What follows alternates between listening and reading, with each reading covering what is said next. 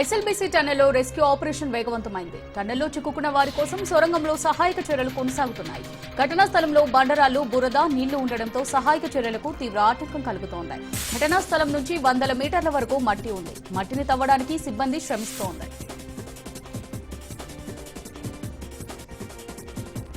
ఉన్న ప్రాజెక్టులను కాపాడలేని దుస్థితిలో కాంగ్రెస్ ప్రభుత్వం ఉందని మాజీ మంత్రి హరీష్ రావు విమర్శించారు. ఎస్ఎల్బీసీ టన్నెల్లోకి వెళ్లేందుకు తమకు అనుమతి ఇవ్వలేదన్నారు. సహాయక చర్యలకు ఇబ్బంది అవుతుందని ఇన్ని రోజులు రాలేదని తెలిపారు. 6 రోజులు గడిచినా చిక్కుకుపోయిన వారి ఆచూకీపై ఇప్పటికీ స్పష్టత లేదని మండిపడ్డారు హరీష్ రావు. ఎస్ఎల్బీసీ ప్రమాదంపై రేవంత్ వ్యాఖ్యలపై కేటీఆర్ ఫైర్ అయ్యారు. ప్రభుత్వ అసమర్థతను కప్పిపుచ్చుకునేందుకు గత ప్రభుత్వం అంటూ మాపై నెపం నెడుతున్నారని ఫైర్ అయ్యారు. జీఎస్ఐ ఇంజనీరింగ్ నిపుణులను సంప్రదించకుండానే అవినీతి సొమ్ము కోసం పాత యంత్రాలతో పని ప్రారంభించారని సంచలన కామెంట్స్ చేశారు. రేవంత్ రెడ్డి ధనదాహం వల్లే 8 మంది ప్రమాదంలో పడ్డారన్నారు కేటీఆర్. ఎస్ఎల్బీసీ ఘటనపై మాజీ మంత్రి జగదీష్ రెడ్డి సంచలన వ్యాఖ్యలు చేశారు. తమ ప్రభుత్వ హయాంలో 5 ఏళ్లుగా సొరంగ పనుల ఆటంకానికి నీటి ఊటనే కారణమన్నారు. నీటి ఊటను ఎదుర్కోవడానికి అప్పుడు చేసిన ప్రయత్నాలన్నీ విఫలమయ్యాయన్నారు. నీటిని బయటకు పంపించేందుకు నెలకు 1.5 కోటి ఖర్చు వచ్చేదని గుర్తు చేశారు. ఇక టన్నెల్ వద్ద మంత్రుల వ్యవహారం చూసి ప్రజలు అసహ్యించుకుంటున్నారన్నారు జగదీష్ రెడ్డి. ప్రాజెక్టుపై అవగాహన లేక పరువు తీసుకుంటున్నారన్నారు. వాటర్లో నీళ్లు కలవడం వల్ల ప్రమాదం జరిగిందని మంత్రి అంటున్నాడని, గోడకు చెవులు పెట్టడం, సొరంగ మార్గంలో ఫోన్ రింగ్ అవుతుందని చెప్తూ వింత వింతగా ప్రవర్తిస్తున్నారన్నారు. తెలుగు రాష్ట్రాల్లో 6 ఎమ్మెల్సీ స్థానాలకు జరిగిన పోలింగ్ ప్రక్రియ ముగిసింది. చెదురుముదురు ఘటనలు మినహా పోలింగ్ ప్రశాంతంగా ముగిసింది. ఇక ఆంధ్రప్రదేశ్లో 3, తెలంగాణలో 3 ఎమ్మెల్సీ స్థానాలకు పోలింగ్ జరిగింది. అయితే సాయంత్రం 4 గంటల వరకు క్యూ లైన్లలో ఉన్న వారికి ఓటు వేసే అవకాశం కల్పించారు. ఏపీలో 3 ఎమ్మెల్సీ స్థానాలకు బరిలో 70 మంది అభ్యర్థులు, తెలంగాణలో 3 ఎమ్మెల్సీ స్థానాలకు బరిలో 90 మంది అభ్యర్థులు ఉన్నారు. ఇక వచ్చే నెల 3న ఎమ్మెల్సీ ఎన్నికల ఓట్ల లెక్కింపు జరగనుంది.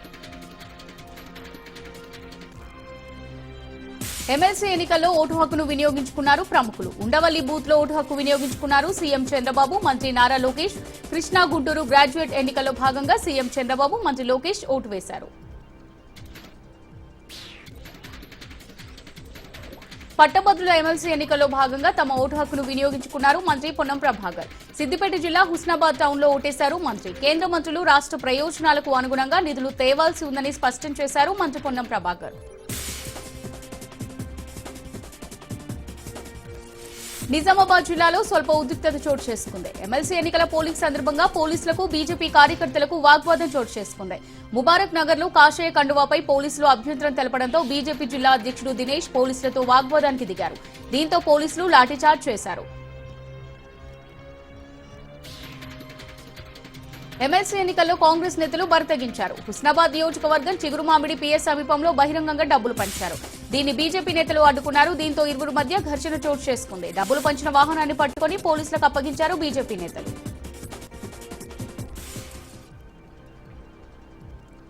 ఎమ్మెల్సీ ఎన్నికల సందర్భంగా కూటమి నేతలు రెచ్చిపోయారు. పోలింగ్ కేంద్రాల వద్దే యథేచ్ఛగా డబ్బులు పంపిణీ చేశారు.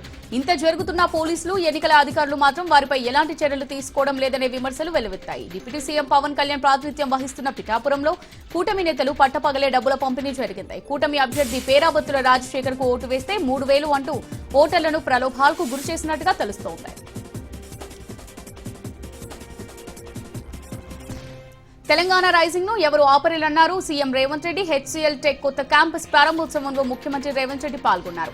ఈ సందర్భంగా హైదరాబాద్ లో హెచ్సీఎల్ కేఆర్సీ క్యాంపస్ ను ప్రారంభించడం సంతోషంగా ఉందన్నారు. అనంతరం దేశంలోనే తెలంగాణ రాష్ట్రం, హైదరాబాద్ నగరం అత్యంత వేగంగా అభివృద్ధి చెందుతున్నాయని తెలిపారు. ఉద్యోగ కల్పనలో నెంబర్ 1గా నిలిచామని వివరించారు.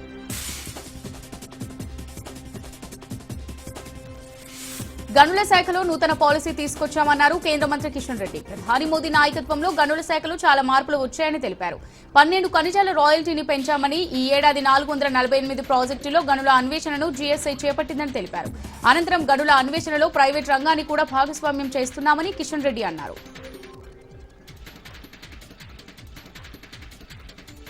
కేసీఆర్ చేసిన అప్పులకు మిత్తులు కడుతున్నామంటూ సీఎం రేవంత్ అంతులేని అబద్దాలు మాట్లాడుతున్నారని ఫైర్ అయ్యారు బీఆర్ఎస్ ఎమ్మెల్సీ కవిత. రేవంత్ రెడ్డి కేసీఆర్ ఫోబియో పట్టిందన్నారు. హైడ్రా వల్ల తెలంగాణ రాష్ట్ర ఆదాయం పడిపోయిందని, హైదరాబాద్ బ్రాండ్ ఇమేజ్ ను హైడ్రా సర్వనాశనం చేసిందన్నారు. కాంగ్రెస్ హయాంలో ఎస్ఎల్బీసీ టన్నెల్ తవ్వేందుకు 3,340 కోట్ల రూపాయలు మాత్రమే ఖర్చు చేశామన్నారు. బీఆర్ఎస్ హయాంలో ఎస్ఎల్బీసీ టన్నెలు తవ్వేందుకు 3,890 కోట్లు ఖర్చు చేసినట్టు గుర్తు చేశారు. ఎస్ఎల్బీసీ టన్నెల్పై సీఎం రేవంత్ పూర్తిగా అవగాహన రాహిత్యంగా మాట్లాడుతున్నారన్నారు. ఐరన్ లీగ్ కాంగ్రెస్ అధికారంలోకి రాగానే 4 ప్రాజెక్టులు కుంగిపోయాయని వివరించారు. వివిధ కేసులతో పెండింగ్ లో ఉన్న తమ ప్రాజెక్టుల వివాదాలను పరిష్కరించాలని M R properties managing director Telangana ప్రభుత్వాన్ని కోరారు.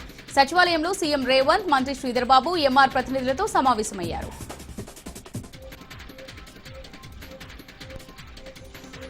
పోసాని అరెస్టుపై మంత్రి కొల్లు రవీంద్ర కీలక వ్యాఖ్యలు చేశారు. తప్పు చేసిన వారు చట్టం నుంచి తప్పించుకోలేరన్నారు. గత 5 ఏళ్లలో కొందరు పేట్రేగిపోయారన్న కొల్లు రవీంద్ర విచ్చలవిడిగా ప్రవర్తిస్తే చర్యలు తప్పవని హెచ్చరించారు.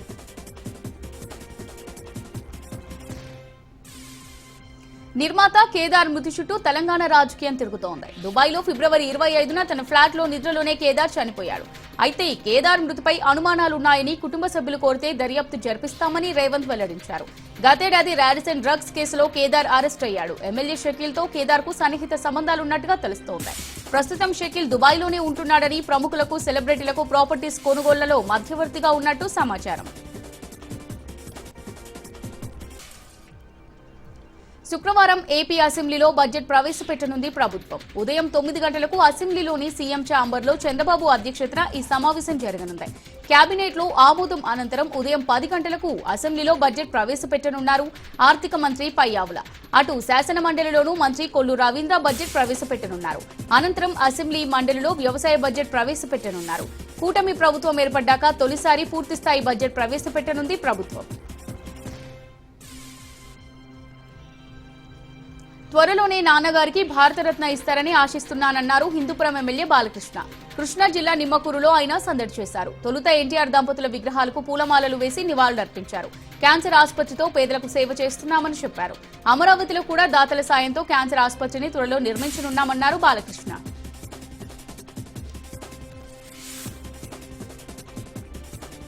నంద్యాల జిల్లా కోవెలకుంటలో జీపీఐ పొగాకు కంపెనీ సిబ్బంది అత్యుత్సాహం ప్రదర్శించింది. పొగాకు కొనుగోలు కేంద్రానికి పొగాకు బేలను తీసుకొచ్చిన రైతుపై దాడికి పాల్పడ్డారు. స్థానిక పోలీసులకు కంపెనీ సిబ్బందిపై బాధితులు ఫిర్యాదు చేశారు. తాను తెచ్చిన పొగాకు బేలను కొనుగోలు చేయమని రైతు మహేష్ కోరారు. అయితే నాణ్యత లేదని సిబ్బంది తిరస్కరించడంతో పాటు అతన్ని తీవ్రంగా కొట్టారు. దీనిపై రైతులు ఆగ్రహం వ్యక్తం చేస్తున్నారు.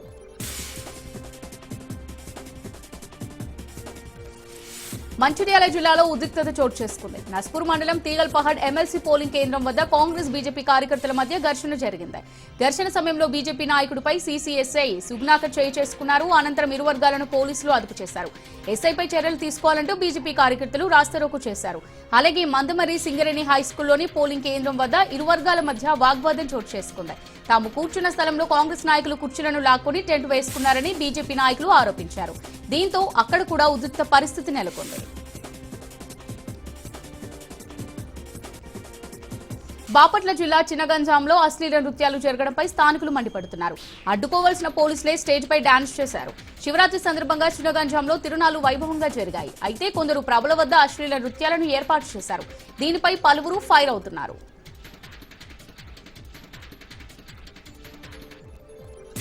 సినీ దర్శకుడు రాజమౌళి వివాదంలో చిక్కుకున్నారు. జక్కన్నపై ఆయన స్నేహితుడు యు శ్రీనివాసరావు సంచలన ఆరోపణలు చేశారు. రాజమౌళి టార్చర్ తట్టుకోలేక ఆత్మహత్య చేసుకుంటున్నా అని సెల్ఫీ వీడియో లెటర్ విడుదల చేశారు. అయితే శ్రీనివాసరావుతో రాజమౌళికి 34 ఏళ్ల స్నేహం ఉందని, నిజాలు తెలియాలంటే రాజమౌళికి లై డిటెక్టర్ టెస్ట్ చేయాలని వీడియోలో పేర్కొన్నారు.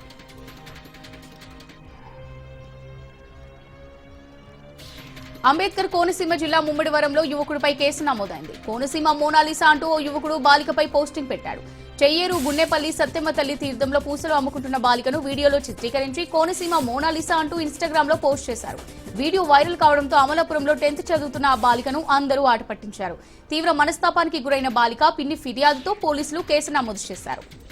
అనుమతి లేకుండా ఎవరినైనా వీడియో తీసి సోషల్ మీడియాలో పోస్ట్ చేస్తే ఇబ్బందులు తప్పవని పోలీసులు హెచ్చరించారు.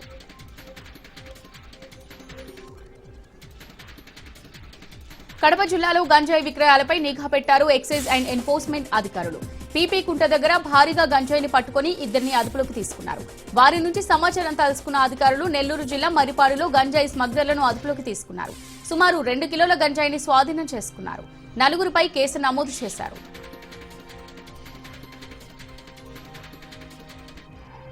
కోరిక తీరుస్తావా లేక మీ అన్నను చంపేయమంటావా అని ఓ యువతిని భయపెట్టి లొంగదీసుకునే ప్రయత్నం చేశాడు ఒక అమాందుడు. ఈ ఘటన నెల్లూరు జిల్లా ఏఎస్పేటలో చోటు చేసుకుంది. ఓ యువతిని షరీఫ్ అనే వ్యక్తి తరచూ కోరిక తీర్చమని వేధించేవారు. యువతి నిరాకరిస్తూ ఉండడంతో మతిస్థిమితం లేని తన అన్నను ఇంట్లో బంధించి చిత్రహింసలకు గురిచేసేవాడు. తన అన్నను విడిపించుకుని జరిగిన ఘటనపై పోలీసులకు ఫిర్యాదు చేసింది బాధితురాలు. దీంతో షరీఫ్ ని అదుపులోకి తీసుకున్నారు పోలీసులు. ములుగు జిల్లా పాలంపేటలోని రామప్ప ఆలయాన్ని మంత్రి సీతక్క దర్శించుకున్నారు. రామలింగేశ్వర స్వామికి ప్రత్యేక పూజలు చేసి అభిషేకాలు చేశారు. అనంతరం శివపార్వతుల కళ్యాణంలో పాల్గొన్నారు. గతంలో రామప్ప దేవాలయం ప్రాంగణంలోని రాహుల్ గాంధీ, ప్రియాంక గాంధీతో హాత్ సే హాత్ జోడో యాత్రను కొనసాగించామన్నారు మంత్రి. అందువల్లే తెలంగాణ రాష్ట్రంలో ప్రభుత్వం ఏర్పాటు చేయగలిగామని తెలిపారు.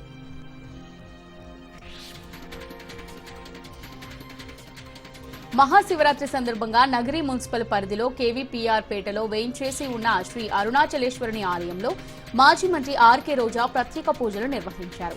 మహాశివరాత్రి పర్వదినాన్ని పురస్కరించుకుని స్వామివారి సేవలో పాల్గొని మొక్కులు చెల్లించుకున్నారు. ముందుగా ఆలయ నిర్వాహకులు సాదర స్వాగతం పలకగా దర్శన అనంతరం స్వామివారి తీర్థ ప్రసాదాలు అందజేసి వేద పండితులు ఆశీర్వచనం అందజేశారు.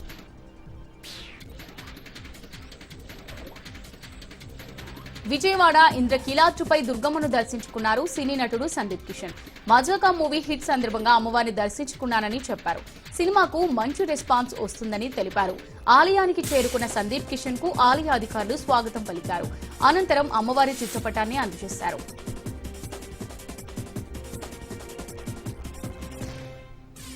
పశ్చిమ గోదావరి జిల్లా ద్వారకా తిరుమల చినవెంకన్నకు హుండీల ద్వారా భారీ ఆదాయం సమకూరింది.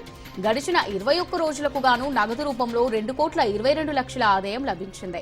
అత్యంత భద్రత మధ్య హుండీల లెక్కింపు నిర్వహించారు అధికారులు. 215 గ్రాముల బంగారం, 4 కేజీల 85 గ్రాముల వెండి లభించినట్లు ఆలయ ఈవో తెలిపారు. అలాగే విదేశీ కరెన్సీ సైతం అధికంగా లభించినట్టు చెప్పారు.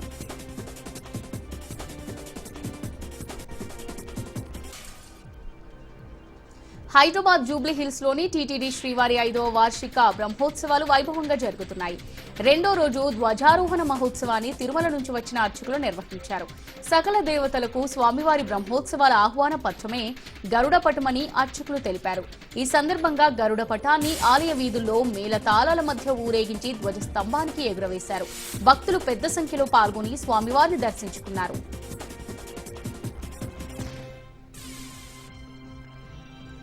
తిరుపతి జిల్లా శ్రీకాళహస్తీశ్వర స్వామి వార్షిక బ్రహ్మోత్సవాలు ఘనంగా జరిగాయి. నంది, సింహ వాహనంపై పురవీధుల్లో విహరిస్తూ భక్తులకు స్వామి అమ్మవార్లు దర్శనమిచ్చారు. భక్తులు పెద్ద సంఖ్యలో తరలివచ్చి స్వామి అమ్మవార్లను దర్శించుకుని మొక్కులు చెల్లించుకున్నారు.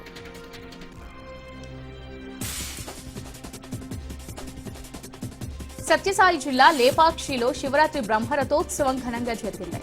శివ పార్వతుల ఉత్సవ విగ్రహాలను అత్యంత భక్తి శ్రద్ధలతో ఆలయం నుంచి రథోత్సవానికి తీసుకొచ్చారు అర్చకులు. లేపాక్షి వీధుల్లో బ్రహ్మరథంపై ఊరేగుతూ భక్తులకు దర్శనమిచ్చారు శివపార్వతులు. రథాన్ని లాగేందుకు యువకులు పోటీ పడ్డారు. బ్రహ్మ రథోత్సవాన్ని తిలకించేందుకు భారీగా తరలివచ్చారు భక్తులు.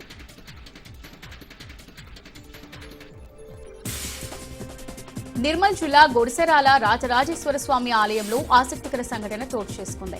శివ పార్వతుల కళ్యాణం జరుగుతుండగా గర్భగుడిలోకి నాగుపాము రావడంతో భక్తులు ఒక్కసారిగా ఆశ్చర్యానికి గురయ్యారు. నాగుపాముకు భక్తులు ప్రత్యేక పూజలు చేశారు. కాగా ఇక్కడ కొన్నేళ్లుగా శివపార్వతుల కళ్యాణం జరుగుతున్న సమయంలో నాగుపాము దర్శనమిస్తుంటుంది.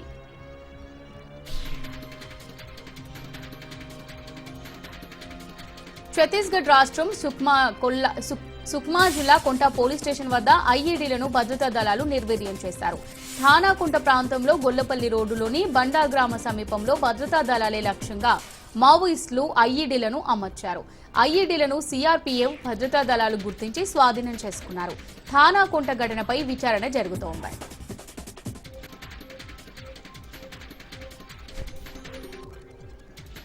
బీజేపీ డీఎంకేల మధ్య హిందీ భాష విషయంలో మాటల యుద్ధం నడుస్తుంది. ఈ క్రమంలో తమిళనాడు సీఎం ఎంకే స్టాలిన్ కీలక వ్యాఖ్యలు చేశారు. హిందీ కారణంగా 25 ఉత్తర భారతీయ భాషలు కనుమరుగైపోతున్నాయని విమర్శించారు. 100 ఏళ్లలో ఉత్తర భారతంలో 25 భాషలు కనుమరుగయ్యాయని చెప్పారు. భోజ్పురి, మైథిలి, బుందేలి, గర్వాలి, కుమావోని, మాగాహి, మార్వారి ఇలా అనేక భాషలు మనుగడ కోసం ఎదురు చూస్తున్నాయని తెలిపారు. ఉత్తరప్రదేశ్, బీహార్లు హిందీ రాష్ట్రాలు కావు. వాటి అసలు భాషలు గతంలో కలిసిపోయాయన్నారు స్టాలిన్. తమిళనాడుకు అలాంటి పరిస్థితి రాకూడదనే ప్రతిఘటిస్తున్నామని తెలిపారు సీఎం.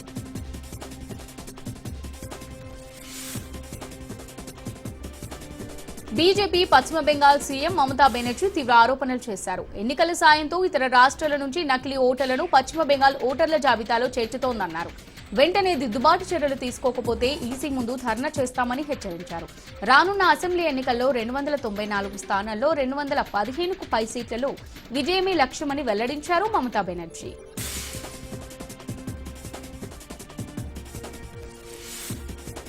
మహారాష్ట్రలోని పూణేలో 26 ఏళ్ల యువతిపై బస్సులో ఓ దుండగుడు అత్యాచారానికి పాల్పడిన ఘటన ప్రజల్లో ఆగ్రహానికి కారణమైంది. రాజకీయంగా దుమారం రేపుతోంది. దీనిపై మాజీ సీజేఐ జస్టిస్ జీవై చంద్రచూడ్ కీలక వ్యాఖ్యలు చేశారు.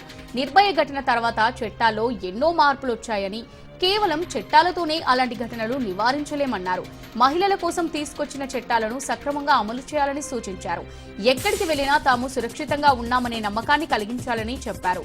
ఇలాంటి కేసుల్లో సరైన దర్యాప్తు, కఠిన చర్యలు అత్యంత కీలకమన్నారు చంద్రచూడ్.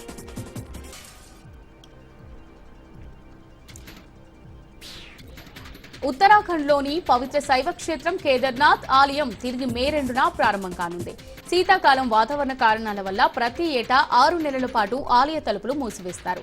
గతేడాది నవంబర్ 3న ఆలయ తలుపులు మూసివేయగా తిరిగి భక్తుల దర్శనార్థం మే 2 ఉదయం 7 గంటల నుంచి తెరుస్తున్నట్టు బద్రీనాథ్ కేదార్నాథ్ ఆలయ కమిటీ సీఈఓ విజయ్ ప్రసాద్ తప్లియాల్ వెల్లడించారు. మహాశివరాత్రి సందర్భంగా ఓంకారేశ్వర్ దేవాలయంలో పూజల అనంతరం గురువులు, వేద పండితులు కేదార్నాథ్ ధామ్ పునఃప్రారంభ తేదీ, సమయాన్ని నిర్ణయించారని తెలిపారు. మే 4న బద్రీనాథ్, ఏప్రిల్ 30 అక్షయ తృతీయ రోజున యమునోత్రి, గంగోత్రి ధామ్లు ప్రారంభమవుతాయి.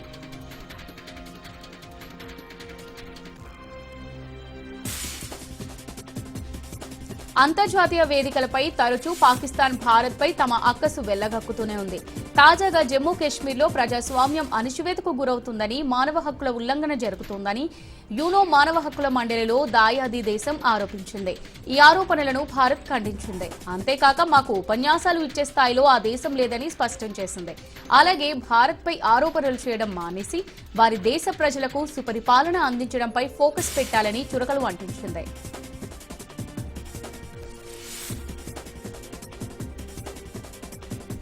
అదనపు సుంకాల వడ్డనలో అమెరికా అధ్యక్షుడు ట్రంప్ మిత్రులను కూడా వదలడం లేదు. ఐరోపా సమాఖ్యపై త్వరలోనే 25% అదనపు టారిఫ్లను విధిస్తానన్నారు. అసలు ఈయూ ఏర్పడిందే అమెరికాను కట్టడి చేయడానికని తీవ్ర వ్యాఖ్యలు చేశారు. కాగా ట్రంప్ వ్యాఖ్యలు ఈయూలో కలకలం రేపాయి. ప్రపంచంలోనే అతిపెద్ద మార్కెట్ అయిన ఈయూ అమెరికాకు వరమని పేర్కొంది యూరోపియన్ కమిషన్. స్వచ్ఛ పారదర్శక వాణిజ్యానికి అన్యాయమైన అడ్డంకులపై ఈయూ తక్షణమే స్పందిస్తుందన్నారు. ఈ సుంకాలు చట్టాలను, వివక్షరహిత విధానాలను సవాలు చేస్తాయని ఈయూ ప్రతినిధి తెలిపారు. టెక్ కంపెనీ గూగుల్ ఉద్యోగుల తొలగింపు ప్రక్రియ చేపట్టింది. క్లౌడ్ డివిజన్లోని ఉద్యోగుల సంఖ్యను తగ్గించిందని తెలుస్తోంది. సంబంధిత వ్యక్తులు ఈ విషయాన్ని వెల్లడించినట్టు బ్లూంబర్గ్ తమ కథనంలో వెల్లడించింది. అయితే ఎంతమందిని తొలగించిందనే విషయం మాత్రం తెలియరాలేదు. 100 మందికి పైగా ఉండొచ్చని, అది కూడా కొన్ని టీమ్స్ పై మాత్రమే తొలగింపుల ప్రభావం ఉందని తెలుస్తుంది. కంపెనీ దీర్ఘకాలిక విజయాల కోసం వ్యాపారానికి కీలకమైన రంగాల్లో పెట్టుబడులు పెంచేందుకు సంస్థ ప్రయత్నిస్తోందని గూగుల్ అధికార ప్రతినిధి ఒకరు తెలిపారు. అందులో భాగంగా కొన్ని మార్పులు చేస్తున్నట్లు చెప్పారు.